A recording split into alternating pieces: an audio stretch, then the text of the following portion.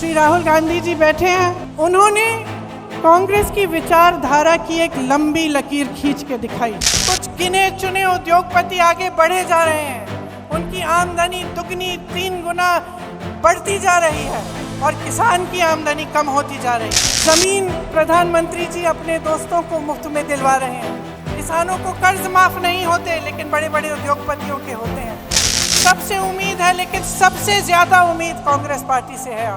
आजकल की जो राजनीति है, जो देश का माहौल है, जो नकारात्मक है, उससे हमें ऊपर उठना पड़ेगा।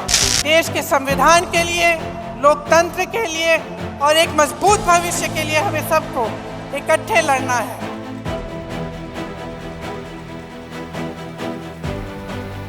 भारत जोड़ो यात्रा निकली, श्री राहुल गांधी जी बैठे हैं। उन्होंने कांग्रेस की विचारधारा की एक लंबी लकीर खींच के दिखाई। जो बहुत समय से नहीं हुआ था, उन्होंने करके दिखाया।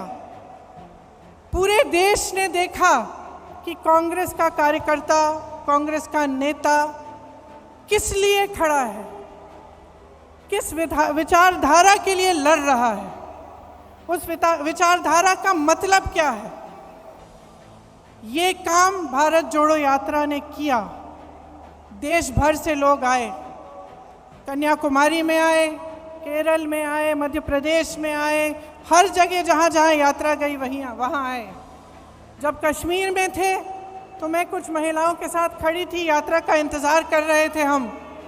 उन महिलाओं ने मुझे कहा कि 3 सालों से उनको घर से निकलने की हिम्मत नहीं थी, लेकिन इस यात्रा ने उन्हें हिम्मत दी, वे बाहर आए। तो ये हिम्मत दिलाना, ये हम कांग्रेस जनों का काम है, जो समझ रहे हैं कि देश में गलत हो रहा है, जो देश की राजनीति को देखकर समझ रहे हैं कि जो हो रहा है वो ठीक नहीं है। उनको एक प्लेटफॉर्म देना, उनकी आवाज़ को बुलंद करना हमारा काम है। जो नहीं समझ रहे हैं उन्हें भी समझाना, उनके पास जाना हमारा काम है। तो ये एक बहुत बड़ी जिम्मेदारी है। हमें अपने गिले शिकवे अलग करने पड़ेंगे, एकजुट होकर लड़ना पड़ेगा। हमें दिखाना पड़ेगा इस देश को कि आज नौजवानों के पास रोजगार नहीं है। जितने भी विज्ञापन हैं, जो भी दिखा रहे हों, जहाँ जहाँ हम जाते हैं रोजगार नहीं है। रोजगार क्या, जो नौजवान परीक्षा देते हैं भर्ती के लिए, वो घोटालों में उलझे हुए हैं, उसके लिए क्या प्रस्ताव है हमारा। ये कांग्रेस पार्टी इन 3 दिनों से जितने भी प्रस्ताव ला रही है, जैसे किसानों के लिए मैं आज पढ़ रही थी कि एक प्रस्ताव है कि न्याय योजना की तरह हमें किसानों के लिए एक योजना बनानी है। तो ये सब बातें पब्लिक तक पहुंचाना हमारा काम है और इसमें आपकी बहुत अहमियत है।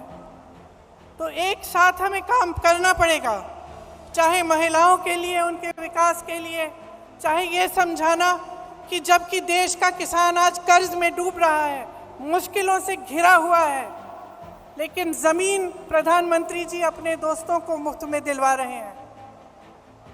आज हमें देश को दिखाना पड़ेगा कि किस तरह कुछ गिने चुने उद्योगपति आगे बढ़े जा रहे हैं, उनकी आमदनी दुगनी 3 गुना बढ़ती जा रही है और किसान की आमदनी कम होती जा रही है। नौजवानों के रोजगार कम होते जा रहे हैं, महंगाई बढ़ती चले जा रही है। किसानों को कर्ज माफ नहीं होते, लेकिन बड़े बड़े उद्योगपतियों के होते हैं।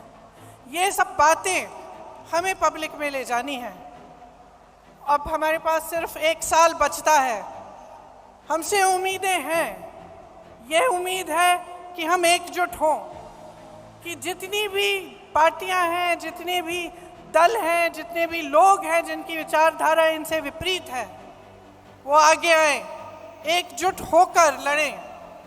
सबसे उम्मीद है, लेकिन सबसे ज्यादा उम्मीद कांग्रेस पार्टी से है आज। और मैं जानती हूं कि हम इस उम्मीद पर खरे उतर सकते हैं कि आपकी मेहनत से, हमारी मेहनत से, हमारी एकजुटता से, हमारे समर्पण से और अपने संविधान के प्रति हमारी निष्ठा से हम सब इस काम को करके दिखा सकते हैं। तो आज जब आप यहाँ से जाएंगे, घर घर जाएंगे, अपने अपने क्षेत्र में जाएंगे, तो आप नए लोगों को जोड़िए। नए लोग जुड़ते कैसे हैं? विचारधारा से जुड़ते हैं, जज्बातों से जुड़ते हैं और आपका मिसाल देख के जुड़ते हैं। तो हमें मिसाल बनना चाहिए कि राजनीति कैसे होनी चाहिए, किस तरह से हमें अपनी राजनीति करनी है। जब जब चुनाव आता है तो ऐसे मुद्दे उठते हैं जिससे जनता का कोई मतलब नहीं है। क्यों कह रही हूं कि मतलब नहीं है?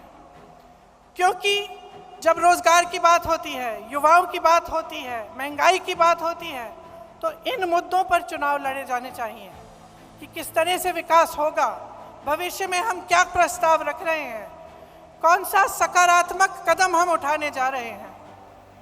ये हमारी राजनीति होनी चाहिए। और आजकल की जो राजनीति है, जो देश का माहौल है, जो नकारात्मक है, उससे हमें ऊपर उठना पड़ेगा और हमें सकारात्मक तरह से भविष्य के लिए अपने प्रस्ताव रखने पड़ेंगे और अपनी बात रखनी पड़ेगी। मुझे पूरी उम्मीद है कि हम इस लड़ाई में सफल होंगे, क्योंकि हम मजबूत हैं। आज भी अगर आप सब यहाँ बैठे हो, इसका मतलब है कि आप पार्टी के प्रति समर्पित हो और आप निडर हो। हमारे तमाम नेताओं पर, कार्यकर्ताओं पर इस सरकार ने दमन किया है। आज भी, कल भी छत्तीसगढ़ में रेड लगवाए, एजेंसियों के द्वारा क्या क्या नहीं किया, लेकिन आज भी हमारे नेता खड़े हैं, आज भी हमारे कार्यकर्ता खड़े हैं। और मैं जानती हूं कि आपका संघर्ष क्या है। अगर हमें पूछताछ के लिए 2 दिन के लिए बुलाया जाता है तो आपको जेल में महीनों के लिए रखा जाता है। अगर हमें पुलिस घसीट के ले जाती है तो आप लाठियां खाते हैं। तो हम जानते हैं कि आप में कितनी हिम्मत है। अब देश को भी ये हिम्मत दिखानी है, देश के संविधान के लिए, लोकतंत्र के लिए और एक मजबूत भविष्य के लिए हमें सबको इकट्ठे लड़ना है।